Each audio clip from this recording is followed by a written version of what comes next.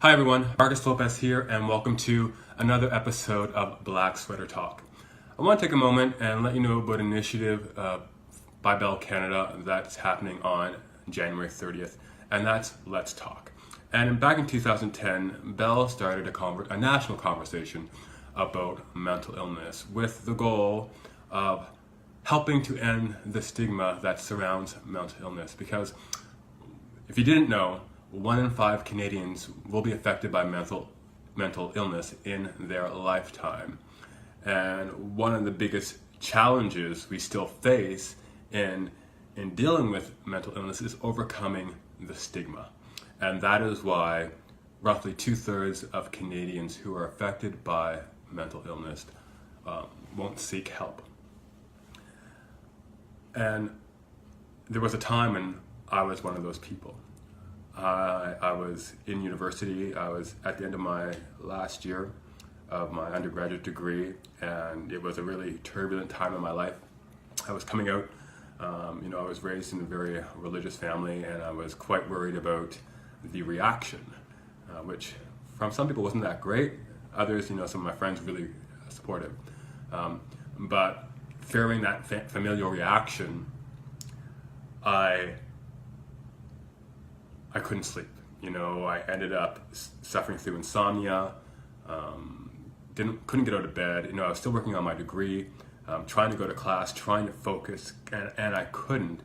And I really didn't know what was wrong with me. The worst part was the not sleeping, because you just can't function. And I was the type of person, I wanted to be strong. I wanted to be reliable. I wanted to be there for my friends. And I didn't want to ask for help. But at the time, it took a very good friend to remind me that I wasn't alone and that there are people who loved and cherished me and were there to support me. And it was because of that person that I went and sought help. And it changed my life because I realized that, I'm not alone. I think part of the stigma that I had to overcome, or one stigma that I had to overcome, was this idea that I wasn't crazy. Because when you thought about mental illness back then in the 1990s, it was about people being crazy, talking to themselves. It's schizophrenia and bipolar disorder, but not so much depression. And in my family and in my culture, it wasn't something that you talked about either. But I had a really great doctor and a really great, at the time, psychologist who believed in me. And that made all the difference because they realized I was in trouble. They realized that I needed help, and I got the help that I needed. It wasn't easy. There were times, I reached a point when I thought, I'm doing great. I no longer want to be on this medication because I did struggle with the medication in the beginning.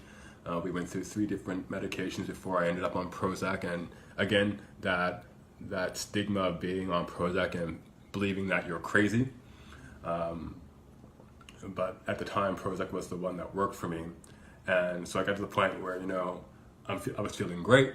I wanted off the medication. I wanted to get back to being quote unquote normal. My doctor cautioned me at the time. He said, most people need to be on this for 1.5 years.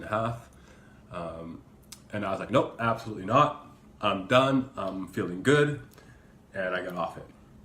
And so that would have been probably 1998. And I cruised. I want to say I cruised. I did well up until my father died in 2001. And then I crashed again. The episode wasn't as long. But again, I wasn't sleeping. I had to go back on medication. And it was just one of those times where I was thankful for the friends in my life who I could talk to and who I could tell what I was going through and who were just there to support and listen. But again, I was determined to be strong, do this on my own, because I am a very stubborn person. And I got off the medication after about 8 months.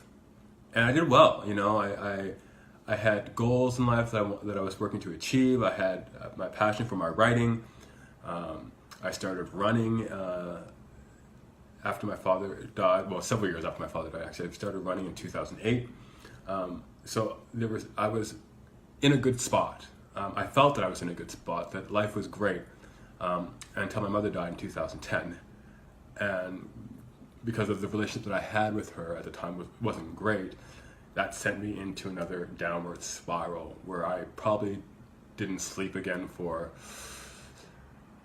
6 to 7 months. I mean, it was minimal, maybe an hour sleep a night, but not all at one period. You know, that falling into conscious for about 20 minutes, you think it's a deep sleep, but it's not. And, you know, couldn't function, had to take a leave of absence from my job. And at the time I was living in Quebec, and I found a doctor. And, you know, it's so great when you find a doctor who's willing to listen, who is not trying to do everything with you in 15 minutes. And there were other things going on in my life at the same time that kept me kind of in the low period after my mother's death and in that depressive episode. And one of them was the relationship that I was in. And, you know, so I was in my doctor's office, probably, he wanted to see me once a month. I was probably in his office every 2 weeks because I couldn't sleep. And that was the biggest thing for me. Not sleeping created more anxiety for me, not being able to concentrate, not feeling like I was worthy, not just, you know, I couldn't get out of bed. Or I'd get out of bed, feed the cats, and an hour later I was back in bed, and the next thing I knew was 3 o'clock in the afternoon and I was still in bed. And, you know, my doctor, really great. At one point in our conversation, because I was back complaining about I'm still not sleeping, you know, I don't feel like things are getting better. And I talked to him about the relationship that I was in at the time. And he said to me, Marcus, you know, we can up your medication.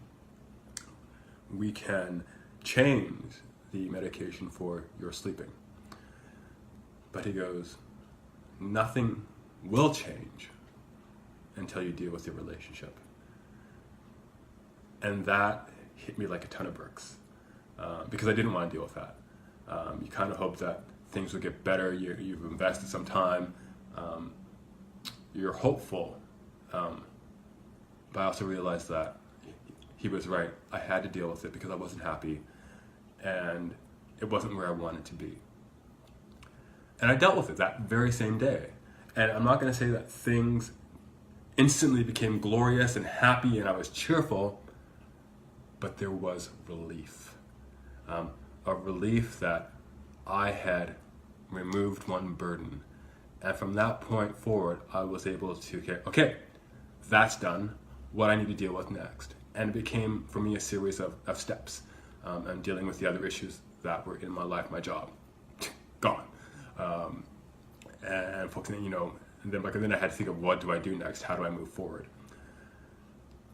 But my 3 episodes of depression that I had, I was able to see the triggers. And so I knew that for me, one big trigger is not sleeping. And if I hit the point of going through insomnia, I know that I will slide. And so I've been very mindful of that, very proactive in managing that with my current medical practitioner. And so I've been off, again, medication now since 2012, the early part of 2012, because I've been able to just, for me, be present, again, be mindful of my mood, watch my triggers, but I'm not afraid anymore that if I start to feel myself slide, if I start to feel down for an extended period of time, I'm no longer afraid to ask for help. And I can have that conversation with friends of mine because I want them to be aware. Because you don't have to go through this alone. And I'm not going to go through this alone anymore.